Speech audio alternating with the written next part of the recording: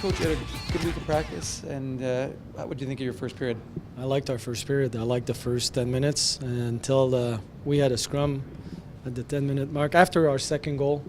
And that's a good experience moment for our younger players. So we scored that second goal.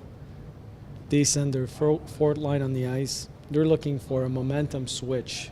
And our fourth line is on, well, we don't use those numbers, but Reichel's line is on the ice.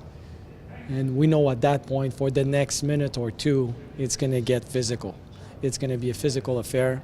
So you need to get ready for that. So you need to support each other and be aware of what's going on the ice. It happened. So we lost Olingi on that play as he got into a fight. And I thought after that, the game was really slow. A lot of whistles, broken plays. It wasn't pretty whatsoever, but we stuck to it. And then from their second period, I thought we didn't manage the puck properly. We did a lot of good things, but not managing the puck right. And third period, we played more in control. What does it mean for a team when they see a new teammate like Jimmy Olney step up and kind of throw in the punches like that for when he sees a teammate get hit into the boards like that? Well, you know what? From the first moment, Jimmy came over and started to play for us. We felt sometimes the chemistry and the feeling of being where you should be is instant. And in his case, in Jimmy's case, I think he feels like he's been here for a longer time. He knows a lot of players on our team, and he feels comfortable. So he feels he's part of the team, and he feels he's been part of the team for a long time, even though it's not the case. So, but the guys know about him. They respect this game because they've played against him, and they know how hard he plays, and he's got a physical presence. And for him to do it, it's just reinforcing his leadership role. If he's not available for you for the next game, do you anticipate Tucker Pullman will be back in the lineup, or does he still need that practice for tomorrow? Well, we need to evaluate the practice tomorrow. He's possible for the next game. Would that necessitate a recall from Jacksonville then? If he's not, most likely, if he's not capable of playing, but we hope he's going to be able to play, and we don't see why Olingi shouldn't play. Laval and Manitoba are not exactly division rivals yet. There was a lot of emotion in that game. What do you think it was that kind of took it to that next level? Well, that's a team that plays, they work really hard. Laval is a team that works really hard. That's what they do, and they play a frustrating game and don't give up much. Their backside pressure and their back checking is really good. They come back in the D zone, and they do a good job at taking away options in the D zone. So we had to work really hard at creating offense. Having said that, it can creep in during the course of a hockey game because you get frustrated, and we could see it at times. There was some frustration, and that's a good lesson learned. Making sure we stick to our plan, and we don't get frustrated by what the other team is doing, but just making sure we stick to our plan. So. Maybe there's no rivalry in the sense that they're not within our division, but you could sense that there was some rivalry on the ice. He wasn't going to really take credit for it, but what can you say about the performance of your goaltender? 35 saves for his second shutout of the season. Oh, he was pretty good. I'll give him some a tap in the back here because he was pretty good. But when you evaluate your goalies, and the way we do it is making the first save when he has to, making the big saves at the right times, and rebound control. Now, when we give a second chance, I thought tonight that's one part of the game where we were pretty good. It's controlling those second chances. And Eric was taking care of the first chances again, so it was a pretty good combination.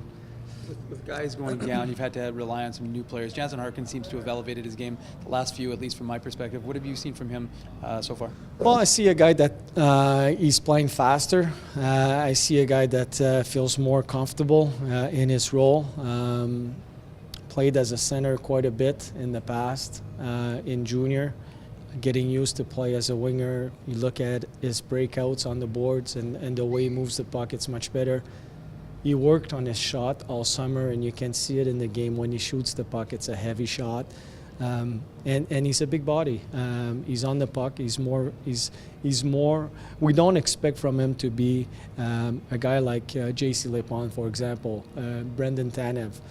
That's not his game. But his game is to be strong, having a heavy stick in the battles, and we see that more and more. So he's gaining our trust, and it's. And we've been talking to Jensen quite a bit, and he knows what we expect from him, and he's gaining confidence. And at the end of the day, that's what you want from your players, having confidence in themselves. Do you have an update on Logan Shaw? I know he didn't finish the third period for your team. Not yet, no. Just wondering, when you look at players like Peterson and Dow, who played more minutes, I did ask you a couple weeks ago about whether that would pay off them getting extra minutes earlier. Seems like it sort of started to tonight with some guys out of the lineup. Yeah, for sure. That's we were talking about this earlier today with the coaching staff, and the positive side of having so many injuries when we did, and we still do, but the positive side is you have to play minutes. You have to play some guys different minutes, more minutes, heavy minutes, and at some point it's going to pay off. And we've seen it 3 years ago. It was harder for us to win some hockey games, but then last year it was the payoff. We were winning a lot of hockey games. So it's the same kind of concept, maybe in a shorter term, but we had to play. We were forced to play some guys more minutes, heavier minutes, and because that's what we had, and it's going to pay off at some point. So that's the positive side of having to play those guys. When you look at Dow's goal, he had another chance, and then Dano's goal at the end. Is that scheme playing through when you have those coming from behind the net? Well, in his case, we asked him to move his feet. That's his job, and that's what he's good at. When he moves his feet, he's a good offensive threat.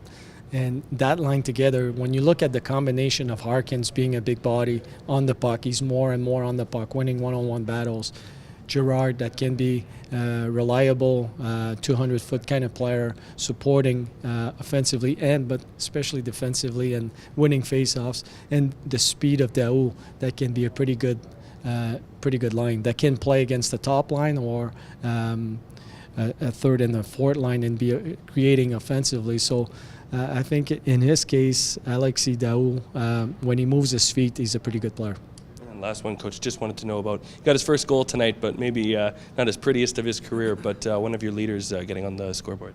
Well, yeah, Cameron shoots a lot of pucks, and at some point it was just a matter of time before it goes in. But it's not about being pretty here. It's about hitting the net and then shooting that puck as quick as you can at times, and that's what he did. And he was rewarded, and really happy for him. He's, nobody's perfect here. We all make mistakes, but there's one mistake he doesn't make day in, day out. Is he's always working hard, and he got called up by the Jets. He did a good job with the Jets, and he's back with us. He's a leader in our room. He's our oldest player, and for him to get rewarded, I'm really happy for him.